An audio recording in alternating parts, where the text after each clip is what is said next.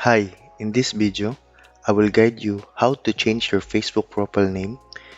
You can apply this guide in Android phone or iOS phone.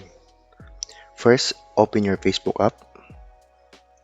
Tap the hamburger icon in the right side of your Facebook.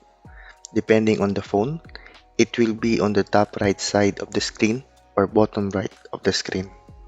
Tap the hamburger icon. Scroll it down to the bottom and tap Setting and Privacy. After that, tap the settings. Check the account section and tap Personal and Account Information. Then tap the name button.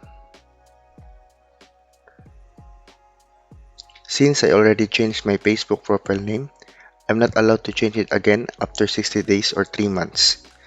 In case you want to change your Facebook profile name now, you will see this section.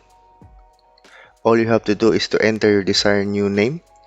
After that, tap the Review Changes and add your password and tap Save Changes button.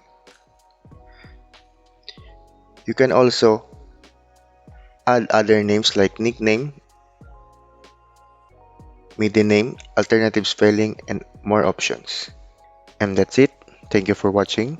I hope this video is helpful to you.